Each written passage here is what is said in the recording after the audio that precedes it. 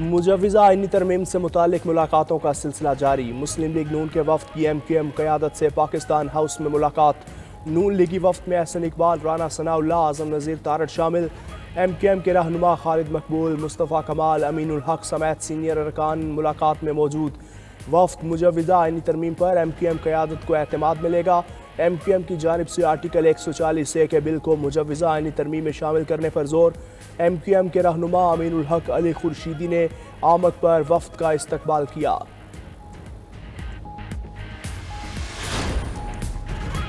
SCO conference Pakistan کے لیے game changer ثابت ہوگی۔ پاکستان بین الاقوامی سطح پر ابھر رہا ہے۔ وزیر اطلاعات عطا تارڑ کی SCO کی تیاریوں کے حوالے سے غیر ملکی میڈیا سے گفتگو۔ کہا پاکستان اہم یونٹ SCO کی میزبانی کرنے جا رہا ہے۔ SCO کانفرنس سے معاشی اور علاقائی روابط کو فروغ ملے گا۔ چین کے وزیر اعظم 11 سال بعد پاکستان آ رہے ہیں۔ CPEC کے دوسرے مرحلے میں اچھی پیش رفت ہو رہی ہے۔ تجارتی خسارے میں مسلسل کمی آ رہی ہے۔ ہماری برآمدات میں 14% اضافہ ہوا ہے۔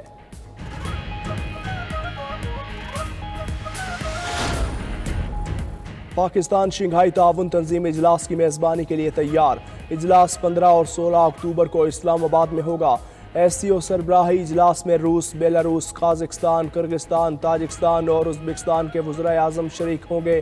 ایران کے اول نائب صدر اور بھارت کے وزیر خارجہ بھی SCO میں شرکت کے لیے پاکستان آئیں گے۔ منگولیا کے چیئرمین کابینہ اور ترکمانستان کے وزیر خارجہ شریک ہوں گے۔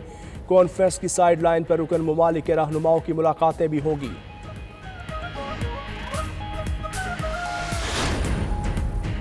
چینی وزیر اعظم 14 سے 17 اکتوبر تک پاکستان کا دورہ کریں گے۔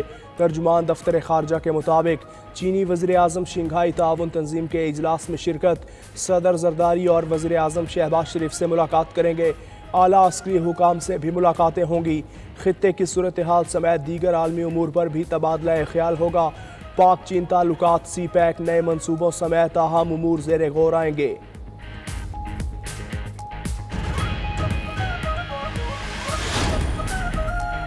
بانی PTI سے ملاقات کروا دیں، احتجاج کی کال واپس لے لیں گے۔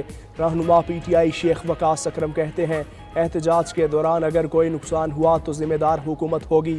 جن کے پاس طاقت ہو ذمہ دار بھی وہی ہوتے ہیں۔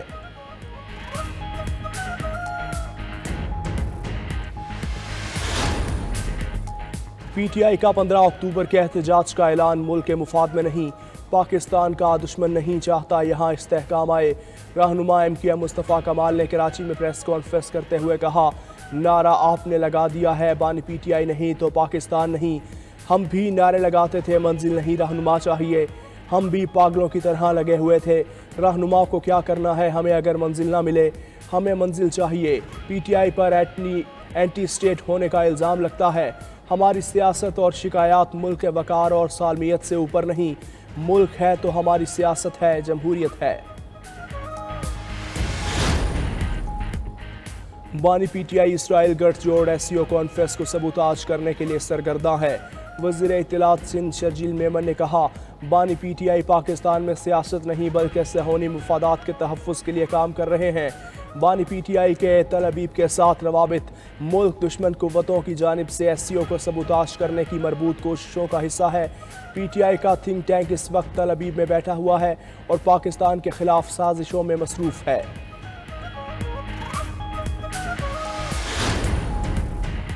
کراچی میں سیکیورٹی خدشات کے پیش نظر 5 روز کے لیے دفعہ 144 نافذ۔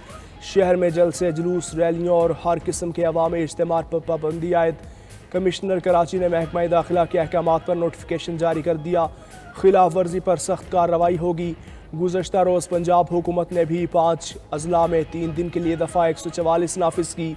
DG خان لیا، مظفر گڑھ، راجن پور اور کوٹ ادو شامل۔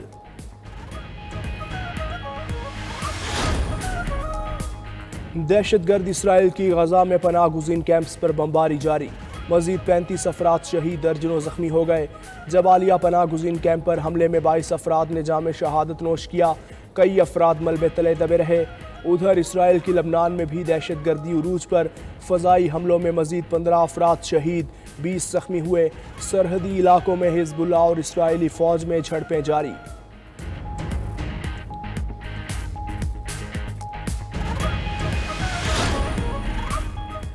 امریکہ کی جانب سے اسرائیل کی پشت پناہی صہیونی ریاست کے دفاع کے لیے جدید ترین اینٹی بیلسٹک میزائل نظام بھی نصب کر دیا۔ اسرائیلی فوج نے نئے دفاعی نظام کو ایرانی میزائل حملوں سے بچنے کی تیاریوں کا حصہ قرار دیا۔ اس سے قبل اسرائیل کے تینوں فضائی دفاعی نظام ایرانی میزائلوں کو روکنے میں ناکام رہے تھے۔ اسرائیلی وزیر اعظم نیتن یاہو نے کابینہ کا اجلاس آج طلب کر لیا۔ ایران پر ممکنہ حملے کے لیے مشاورت ہوگی۔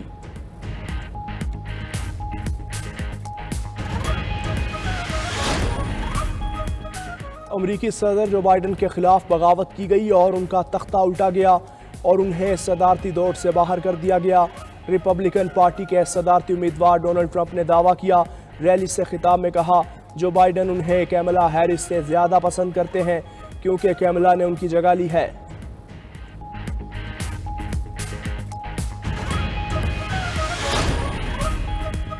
امریکہ کے انتخابات پاکستان اور امریکہ کے دو طرفہ تعلقات پر گہرے اثرات مرتب کریں گے۔ امریکہ میں پاکستانی سفیر رضوان سعید شیخ نے 92 نیوز سے خصوصی گفتگو کی۔ کہا پاکستان اور امریکہ دو بڑی آبادی والے ملک ہیں، دونوں ممالک کو درپیش چیلنجز مشترکہ ہیں جنہیں حل کرنے کے لیے باہمی تعاون کی ضرورت ہے۔ بہت سی جگہوں پر ہمیں شراکت داری کے ساتھ چلنا اور مل کر کام کرنا ہے۔ ہمیں ماضی کے تجربات سے سیکھنا چاہیے اور مثبت رویوں کے ساتھ آگے بڑھنا ہوگا۔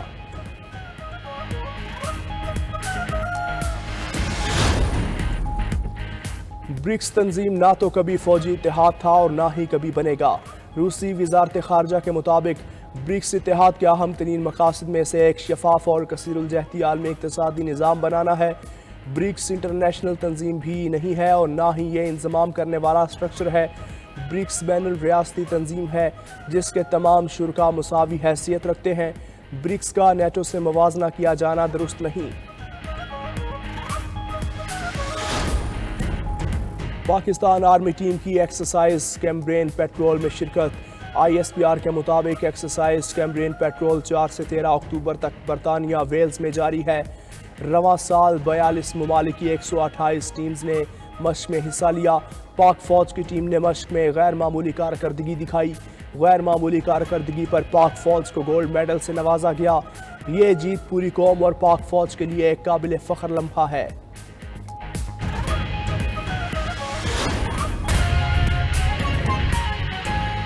السلام علیکم، ہیڈ لائنز آپ جان چکے۔ سب سے پہلے خبر آپ کو دیں کہ ایم کیو ایم اور مسلم لیگ نون کے وفود کے درمیان ملاقات۔ وفاقی وزیر قانون اعظم نذیر تارڑ ترمیمی مسودے پر ایم کیو ایم کو اعتماد میں لے رہے ہیں۔ ذرائع کے مطابق ایم کیو ایم کا کوٹا سسٹم کے نفاذ پر بھی لیگی وفد سے شکایت۔ بات کر لیتے ہیں فرید عالم سے۔ فرید عالم، بتائیے اس ملاقات کا احوال۔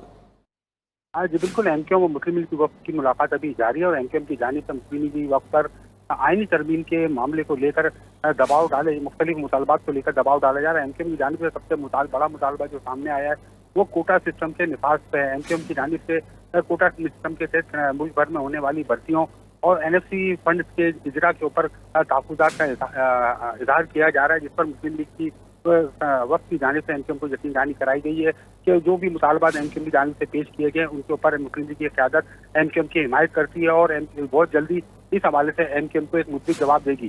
ایسا اقبال جب یہاں پر پہنچے تھے تو انہوں نے خالد مقبول صدیقی کو وزیر اعظم شہباز شریف کا سلام بھی پہنچایا تھا، جس کے بعد یہ گفتگو شروع ہوئی تھی۔ لیگی وفد کی جانب سے جب مجوزہ آئینی ترمیم کے حوالے سے بات کی گئی تو ایم کیو ایم کی جانب سے پہلے سے تیار کردہ ایک مسودہ بلدیاتی حوالے سے ایک آئینی مسودہ تیار کیا گیا تھا جو ایم کیو ایم نے مسلم لیگ کے وفد کے حوالے کر دیا۔ اس وقت دونوں وفود کے درمیان مذاکرات جاری ہیں۔ ایم کیو ایم کی جانب سے اس پوری کوشش کی جا رہی ہے کہ مجوزہ آئینی ترمیم کو لے کر مسلم لیگ وفد سے اپنے مطالبات کو زیادہ سے زیادہ منوانے میں کامیابی حاصل کر لی۔ اس لیے ایم کیو ایم کی جانب سے مسلسل جو ہے مسلم لیگ کے سامنے مطالبات رکھے جا رہے ہیں۔